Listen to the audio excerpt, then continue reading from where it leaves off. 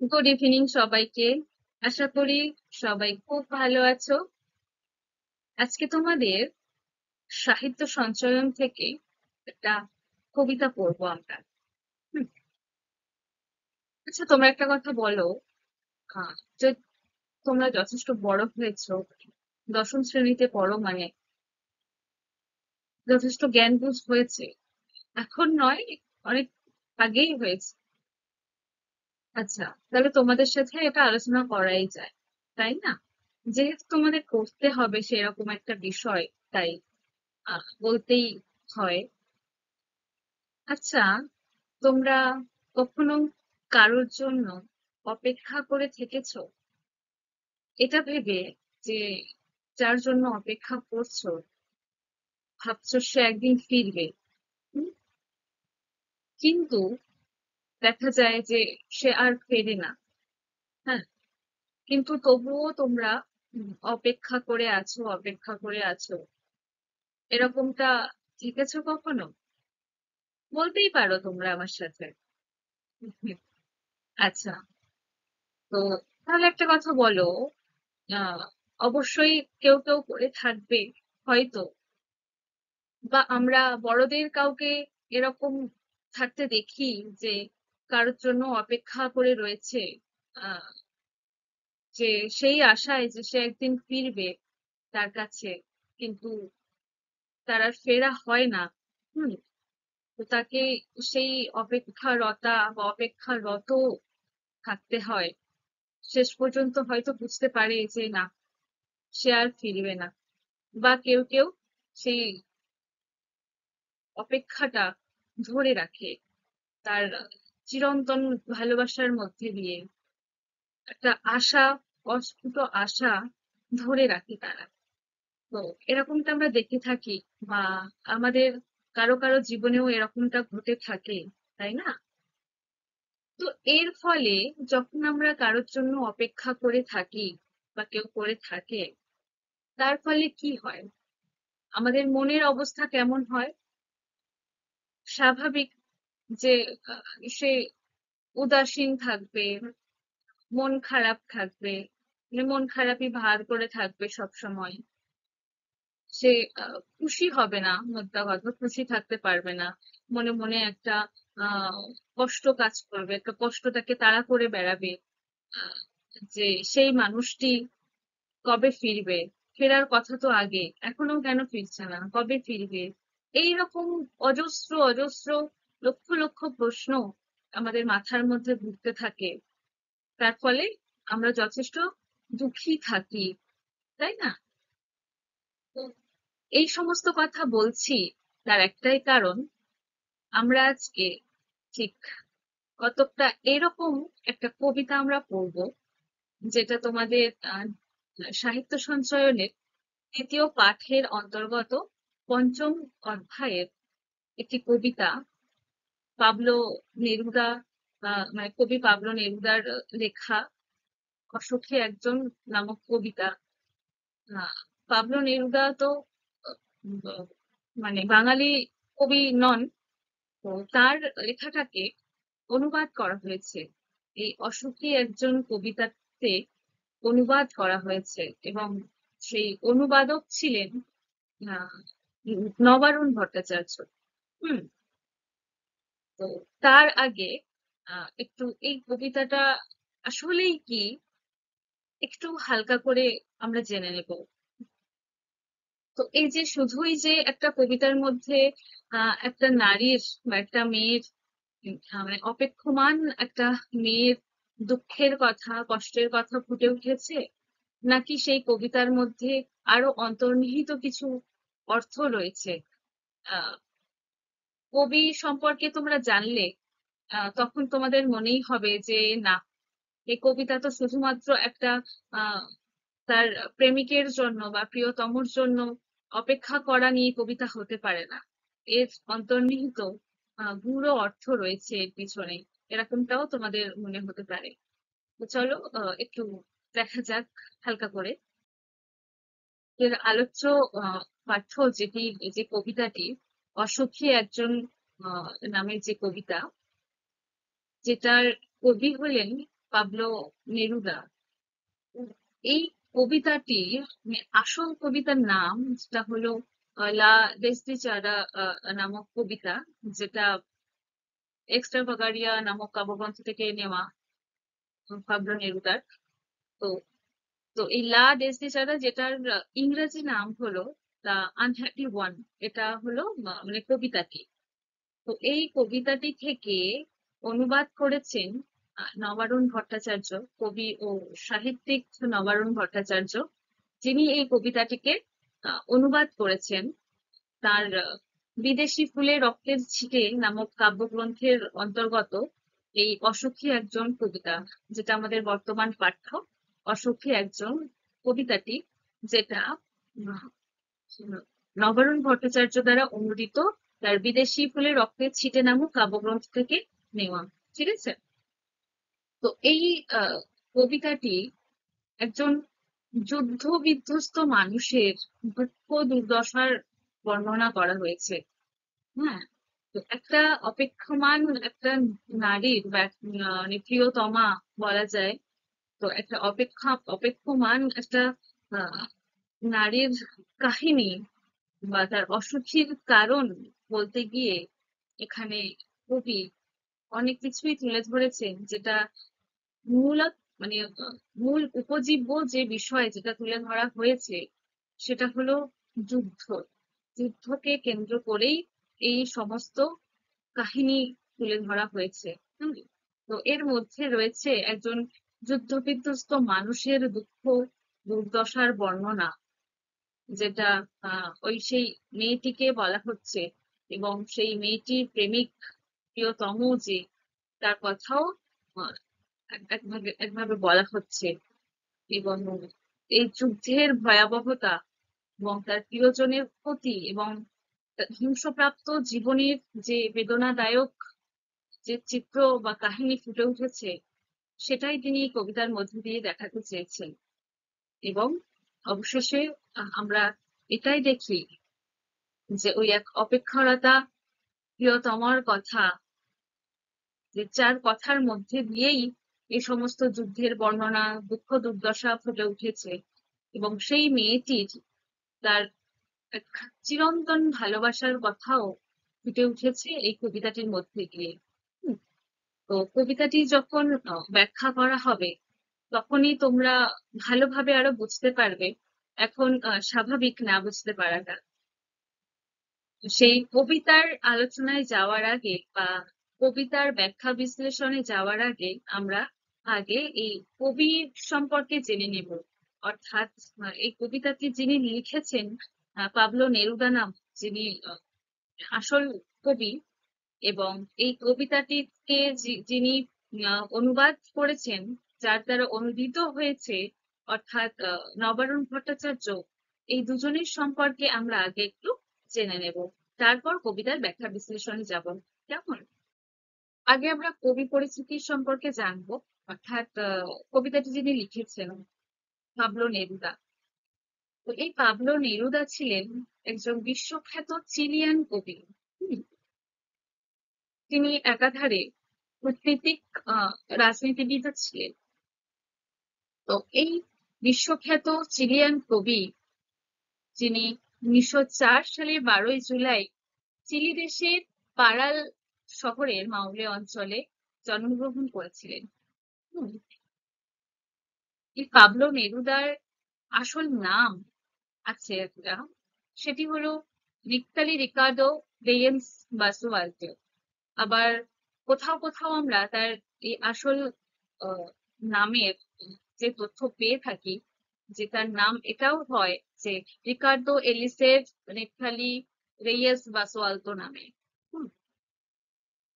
তো এই যে এই নামটা তার আসল নাম হলেও তিনি এই পাবলো নেরুদা নামেই তিনি বেশি পরিচিত। কারণ তিনি তার সমস্ত লেখালেখি করতেন এই পাবলো নেরুদা ছদ্মনামে, এবং পরে এটা একটা সময় আইন সিদ্ধ হয়ে যায় পাবলো নেরুদা নামটা। হুম। তো যাই হোক, তো এই পাবলো নেরুদা তিনি মানে কবি ছিলেন, কূটনীতিক, রাজনীতিবিদ এবং সেনেটরও ছিলেন তিনি। আহ তিনি খুবই বাচ্চাবেলা থেকেই কবিতা লিখতেন এবং কবি খ্যাতি তিনি অর্জন করতে পেরেছিলেন। দেখা যায় তিনি 13 বছর বয়সে তিনি কবি পরিচিতি লাভ করেছিলেন। তার প্রথম কবিতার বই, যেটা টুইলাইট বলে, এবং যে কবিতাটির যে কবিতা নয়, কাব্যগ্রন্থ, যে কাব্যগ্রন্থের জন্য তিনি কবি খ্যাতি অর্জন করতে পেরেছিলেন, আহ সেটা হলো 20 love poems and song of despair, অর্থাৎ যেটাকে বাংলায় 20টা প্রেমের কবিতা এবং একটি হতাশার গান নামক যে কাব্যগ্রন্থ, এটার জন্য তিনি তার কবি খ্যাতি অর্জন করতে পেরেছিলেন। তো তিনি বহু কবিতা লিখেছেন, বিভিন্ন রকমের কবিতা তিনি লিখে গেছেন তার গোটা জীবন জুড়ে।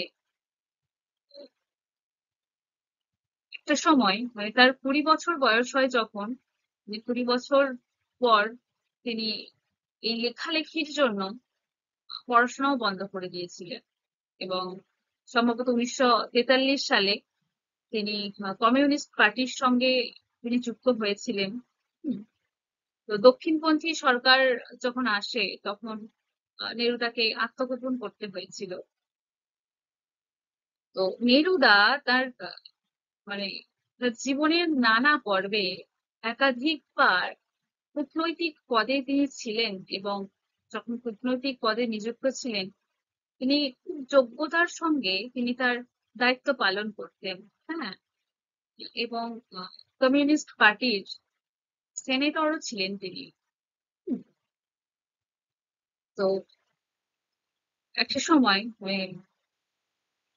কনজারভেটিভ চিলিয়ান রাষ্ট্রপতি গঞ্জালেস ভিদেলা তিনি আহ, যখন চিলি থেকে কমিউনিজমকে উচ্ছেদ করে দিয়েছিলেন, তো সেই সময় যেহেতু পাবলো নেরুদা কমিউনিস্ট ছিলেন এবং কূটনীতিক পদেও তিনি কাজ করতেন, তাই নেরুদার নামে গ্রেপ্তারি বা গ্রেপ্তার পরোয়ানা জারি হয়েছিল। হ্যাঁ, তো সেই সময় তার কিছু বন্ধু মিলে তাকে চিলি বন্দরে একটা বাড়িতে তাকে লুকিয়ে রেখেছিল কয়েক মাস। কিন্তু সেখান থেকে কয়েক মাস পর ওই গ্রেপ্তারি এড়িয়ে তিনি আর্জেন্টিনায় পালিয়ে গিয়েছিলেন, এবং সেখান থেকে সমাজতন্ত্রী রাষ্ট্রপতি সালভাদর আলেন্দের এক ঘনিষ্ঠ উম, সহকারী পদে তিনি যুক্ত হয়েছিলেন, বা ঘনিষ্ঠ সহকারী তিনি হয়েছিলেন। হ্যাঁ, তো যেহেতু তিনি রাজনীতিবিদ ছিলেন, কমিউনিস্ট ছিলেন, এবং জীবনে এই এত কিছু দেখেছেন, গ্রেপ্তার পরোয়ানা, এত সেত, তো তাই তার কবিতার মধ্যে বা কাব্যগ্রন্থগুলোর মধ্যে তার লেখার ধরন হিসাবে আমরা যেমন মানুষের ভালোবাসা নিয়ে তাকে কবিতা লিখতে দেখা যায়, তেমনি প্রতিবাদী, মানে তার কবিতার মধ্যে প্রতিবাদী, তারপর ঐতিহাসিক, রাজনৈতিক, পরাস্তবাদী, এই সমস্ত নিয়ে বা এই সমস্তের প্রভাব তার কবিতার মধ্যে আমরা লক্ষ্য করি। তো তার কিছু আহ, গ্রন্থ বা কাব্যগ্রন্থ উল্লেখযোগ্য যেগুলো, সেগুলো হচ্ছে the captain's verses, residence on earth, winter garden, the yellow heart, still another day, এবং বিখ্যাত কাব্যগ্রন্থ যেটা আগেই বললাম যে 12 love poems and song of despair. হ্যাঁ, তো ইত্যাদি আরো রয়েছে অনেক কাব্যগ্রন্থ। তো যেগুলোর বাংলা নামও করা হয়েছে, অর্থাৎ এগুলোর বাংলা মানে করে বাংলা নাম হিসাবে বলা যায়, যেগুলো তোমাদের পাঠ্য বইতেও রয়েছে, তাই আমি আর বলছি না ডাবল করে। তো যাই হোক, তো তার এই গোটা কর্মজীবনে আহ, একটা কথা বলা হয়নি যে তার কর্মসূত্রে তিনি প্রচুর জায়গায় তিনি গেছেন। হ্যাঁ, চীন, জাপান, তিনি ভারতেও এসেছিলেন, কলকাতায় এসেছিলেন। এবং জাতীয় সভার অধিবেশনেও, মানে ভারতের জাতীয় সভার অধিবেশনেও তিনি আহ মানে যুক্ত ছিলেন, মানে সেখানে তিনি ছিলেন। হুম, তো তার এই গোটা কর্মজীবন এবং সাহিত্য জীবনে, মানে তার নিজে তো কবিও ছিলেন, তিনি অনেক পুরস্কার তিনি লাভ করেছিলেন। তার মধ্যে 1950 সালে তিনি আন্তর্জাতিক শান্তি পুরস্কার পেয়েছিলেন। তারপর 1953 সালে লেনিন শান্তি পুরস্কার পেয়েছেন। এবং সব থেকে যেটা গুরুত্বপূর্ণ এবং ভালো, যেটা 1971 সালে তিনি সাহিত্যে নোবেল পুরস্কার পেয়েছিলেন।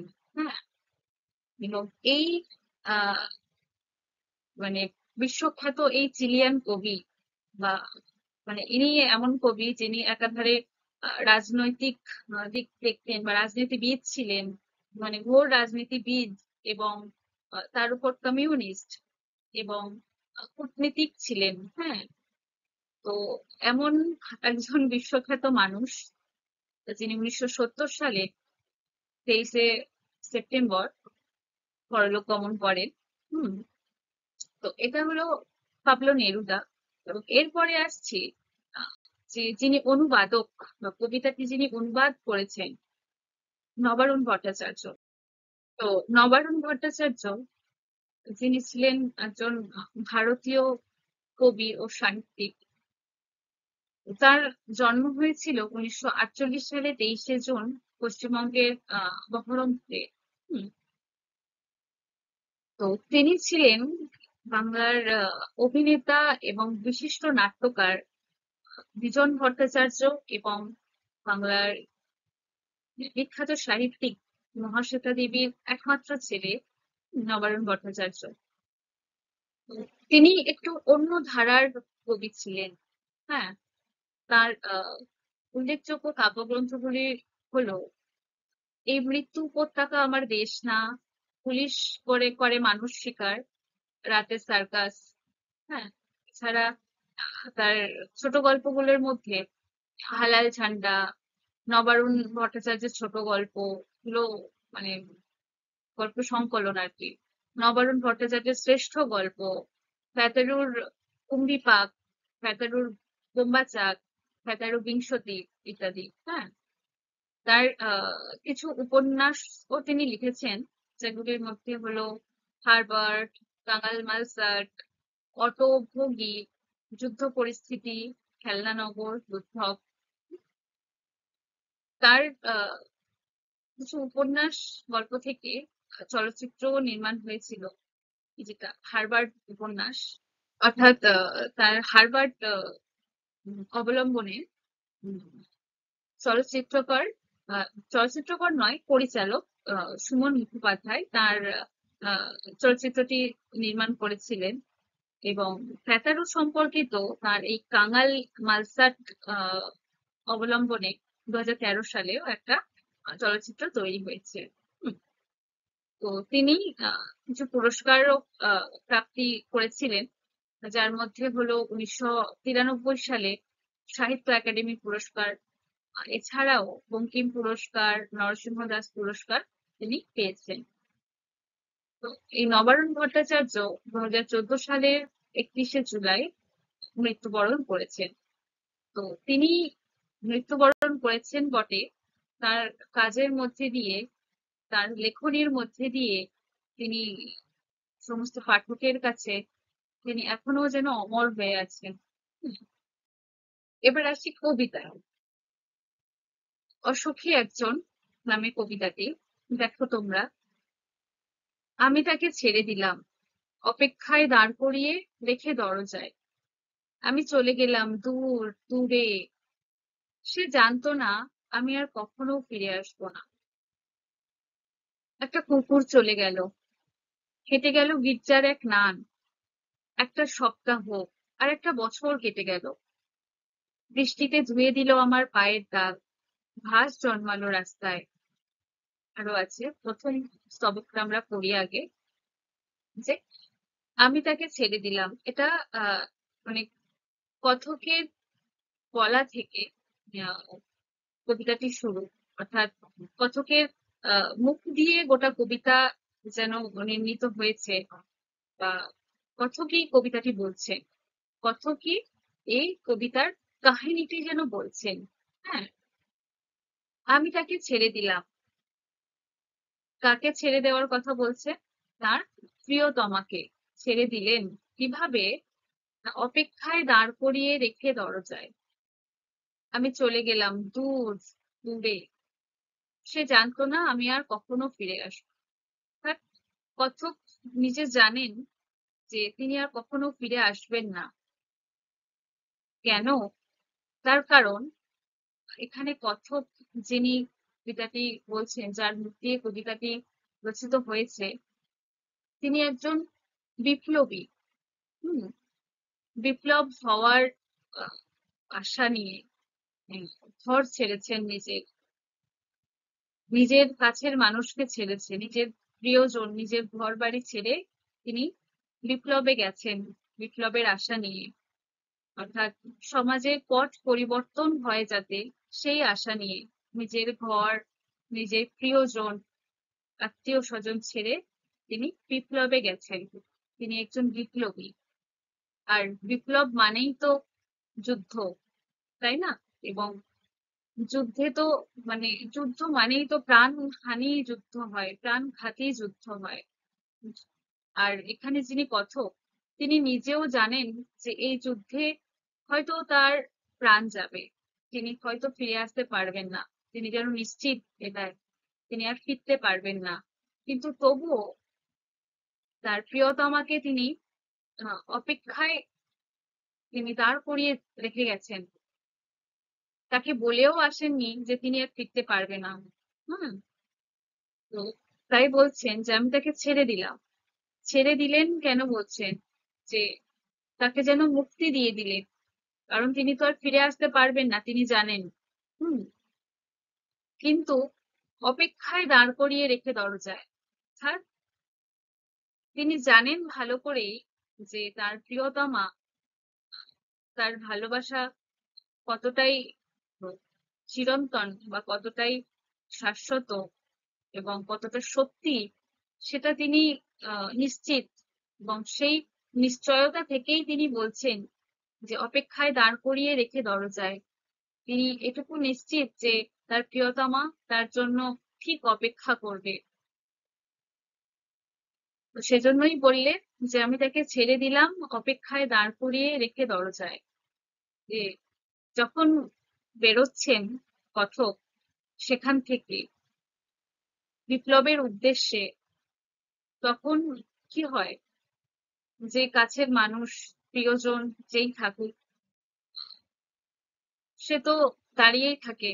তার যিনি যান, তার রাস্তার দিকে তাকিয়ে দাঁড়িয়েই থাকেন, যতক্ষণ না চোখের আড়াল হয় ততক্ষণ সেই জায়গা থেকে নড়ে না। এটা হয়ে থাকে, তোমরাও দেখে থাকবে।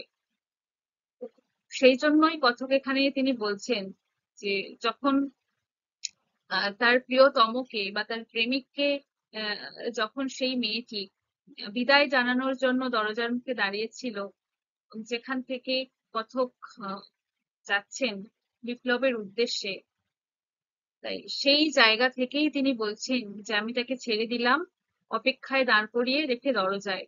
যে দরজায় সে অপেক্ষমান হয়ে থাকবে, অপেক্ষায় থাকবে আমার। হ্যাঁ, সেই অবস্থায় তাকে আমি ছেড়ে আসলাম, কিন্তু তাকে বলার সাহস তার ছিল না। তিনি বলতে পারেননি যে তিনি আর কখনো ফিরে আসতে পারবেন না। হুম, মেয়েটির মনেও যেন কোথাও একটা আশ্বাস তিনি দিয়ে এসেছেন। হুম, তারপর একটা কুকুর চলে গেল, হেঁটে গেল গির্জার এক নাথ। যে দিন পার হচ্ছে, হ্যাঁ আমি চলে গেলাম দূর দূরে।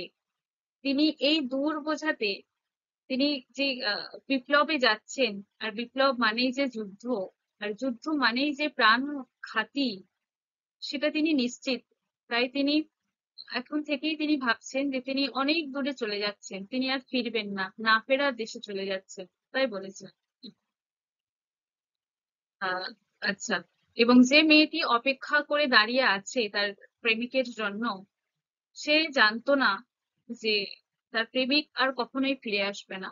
হুম, তারপর একটা কুকুর চলে গেল, হেঁটে গেল গির্জার এক নান। একটা সপ্তাহ আর একটা বছর কেটে গেল। যে দিন চলে যাচ্ছে, তার প্রেমিক চলে গেছে তাকে রেখে, অপেক্ষায় রেখে চলে গেছে। সে জানে ফিরবে তার প্রেমিক, কিন্তু দিনের পর দিন যাচ্ছে, কিন্তু তার প্রেমিক ফিরছে না। সেই যে দিন পার হওয়া গুলোই এখানে বর্ণিত রয়েছে। কিভাবে দেখাচ্ছে দেখো, যে একটা কুকুর চলে গেল, হেঁটে গেল গির্জার এক নান, অর্থাৎ এটার মধ্যে দিয়ে এটা বোঝাতে চাইছেন যে আহ, সবকিছু ঠিকঠাক আছে, সব সাধারণ জীবনযাপন করছে সবাই নর্মালি, বা সাধারণত যেমন কুকুর রাস্তা দিয়ে হেঁটে যায় তেমন কুকুরও রাস্তা দিয়ে হেঁটে যাচ্ছে। গির্জার নান আহ তিনিও রাস্তা দিয়ে হেঁটে যাচ্ছেন। তো এটার মানে যে সবকিছু সাধারণ রয়েছে, সবকিছু ঠিকঠাক রয়েছে। একটা সপ্তাহ আর একটা বছর কেটে গেল। প্রথমে এক সপ্তাহ কাটলো, তারপর একটা বছর কেটে গেল। বৃষ্টিতে ধুয়ে দিল আমার পায়ের দাগ, অর্থাৎ যে রাস্তা দিয়ে কথক চলে গেছেন সেখান দিয়ে তার যে একটা পায়ের দাগ যেন ছিল, যে তার প্রেমিকা অর্থাৎ প্রিয়তমা, যে কিনা মনে মনে ভাবতো যে এই রাস্তা দিয়েই আমার প্রেমিক গেছে, এবং তার একটা পায়ের দাগ সে অনুভব করতে পারে। এখন এক সপ্তাহ কেটে গেল, এক বছর কেটে গেল, এতদিনে কি আর সেই দাগ থেকে থাকে? নেই। বৃষ্টিতে ধুয়ে দিল আমার পায়ের দাগ, অর্থাৎ সে কথকের বা সেই বিপ্লবীর পায়ের দাগ বৃষ্টিতে ধুয়ে দিল। ঘাস জন্মালো রাস্তায়, দিন বদলাচ্ছে, এক বছর হয়ে গেছে, সেই রাস্তার রাস্তা নেই, সেখানে যেন ঘাসও জন্মে গেছে। হ্যাঁ, বৃষ্টির জলে আহ কথকের পায়ের দাগও মুছে গেছে। হুম, তবুও কথক ফিরছেন না। তারপর তারপর আর একটার পর একটা পাথরের মতো, পর পর পাথরের মতো বছরগুলো নেমে এলো তার মাথার উপরে। আর আর একটার পর একটা পাথরের মতো, পর পর পাথরের মতো বছরগুলো নেমে এলো তার মাথার উপর। যে সেই মেয়েটির কথা বলা হচ্ছে, যে কিনা তার প্রেমিকের জন্য অপেক্ষায় রয়েছে, যে তার বিশ্বাস তার প্রেমিক ফিরে আসবে। এবং ধীরে ধীরে যখন তার প্রেমিকের বা কথকের স্মৃতি যখন ধূসর হয়ে আসছে, বা তার স্মৃতির চিহ্নগুলো মুছে যাচ্ছে, তবুও তার মনে সেই একই ভাবনা এবং একই বিশ্বাস যে তার প্রেমিক ঠিক ফিরবে। এবং দেখা যাচ্ছে একটার পর একটা পাথরের মতো, পর পর পাথরের মতো বছরগুলো নেমে এলো তার মাথার উপর। অর্থাৎ সেই যে মেয়েটি অপেক্ষারত বা অপেক্ষারতা, সেই মেয়েটির মাথার উপর বছরগুলো সব যেন পাথরের মতো করে বছরগুলো নামছে। অর্থাৎ এক একটা বছর পার হওয়া যে কতটা কঠিন, সেটা শুধু সেই মেয়েটিই জানে। যে সেই বছরগুলো কিভাবে কাটছিল না, পাথরের মতো যেন তার মাথায় হচ্ছিল, বা পাথরের মতো যেন বছরগুলো কাটছিল। এখানে একটা প্রতীক ব্যবহার করা হয়েছে, যে বছরগুলোকে পাথরের সঙ্গে তুলনা করা হচ্ছে, উপমা দেওয়া হচ্ছে। কারণ পাথর কি, পাথর খুব শক্ত জিনিস, যেটা সহজে ভাঙে না, এবং যেটার আরো একটা হয় যে যেটা আঘাত, মানে যেটা দিয়ে আঘাত করলে যথেষ্ট আঘাত পাওয়া যায়, যেহেতু একটা ভারী শক্ত জিনিস। তো সেই উপমা দিয়েই কবি এখানে বোঝাতে চাইলে যে সেই মেয়েটিরও এই বছরগুলো যেন ঠিক একের পর এক বছর যেন পাথরের মতোই কাটতে লাগে। ব্যাস, একটা ভারী আঘাতময় যন্ত্রণাময় দিন গুনে গুনে তার বছর যেন পার হচ্ছে। তাই পাথরের সঙ্গে তার বছরগুলো পার হওয়ার উপমা দিয়েছেন কবি। হুম, তো খুবই কষ্ট করে পাথরের মতো বছরগুলো পার হচ্ছে মেয়েটি, বা তার মাথার উপর যেন নেমে আসছে সেই বছরগুলো পাথরের মতো হয়ে। হুম, তারপর তারপর যুদ্ধ এলো, তারপর যুদ্ধ এলো রক্তের এক আগ্নেয় পাহাড়ের মতো। শিশু আর বাড়িরা খুন হলো, সেই মেয়েটির মৃত্যু হলো না। যখন সেই মেয়েটি অপেক্ষারতা, বা অপেক্ষারতা সেই মেয়েটি যখন তার প্রেমিকের অপেক্ষায় রয়েছে, এক বিশ্বাসে রয়েছে যে তার প্রেমিক ফিরে আসবে, বছরগুলো পাথরের মতো কাটাতে লাগছে, ঠিক তারপরে দেশে যুদ্ধ এলো। সে যুদ্ধ কেমন? না, রক্তের এক আগ্নেয় পাহাড়ের মতো। আগ্নেয় পাহাড় জানো তো, যে আগুন নির্গত হয়, আগুনের লাভা নির্গত হয়। তো সেই রকম আগ্নেয় পাহাড়ের মতো যেন এক যুদ্ধ এলো। সেটা রক্তের, মানে রক্তের এক আগ্নেয় পাহাড়ের মতো। অর্থাৎ আগ্নেয় পাহাড় থেকে যেমন অগ্নি নির্গত হয় বা আগুনের লাভা নির্গত হয়, তেমনি এখন রক্তও যেন আগ্নেয় পাহাড়ের মতো ওরকম ওই আগুন যেমন ভাবে নির্গত হয়, এখানে রক্তও যেন তেমনি আগুনের লাভার মতো যেন উম, বিছিয়ে আছে, বা সেরকম ভাবেই যেন রক্তপাত হচ্ছে। হ্যাঁ, এমন যুদ্ধ, অর্থাৎ প্রাণঘাতী যুদ্ধ এলো। হুম। শিশু আর বাড়িরা খুন হলো। যে এই নৃশংস যুদ্ধ, এই প্রাণঘাতী যুদ্ধে শিশুরাও নিস্তার পায়নি। হ্যাঁ, শিশুরাও খুন হলো। শিশু আর বাড়িরা খুন হলো। এই শিশু আর বাড়ি, এই দুটো শব্দের মধ্যে দিয়ে আহ একটা আরো একটা অন্যরকম আহ, তাৎপর্য রয়েছে, বা অন্য একটা অর্থ বোঝায়। তো এখানে শিশু অর্থে ভবিষ্যৎ, এবং বাড়ি আহ অর্থে স্থাপত্যকে বোঝানোর জন্য এই শিশু এবং বাড়ি শব্দটা ব্যবহার করা হয়েছে।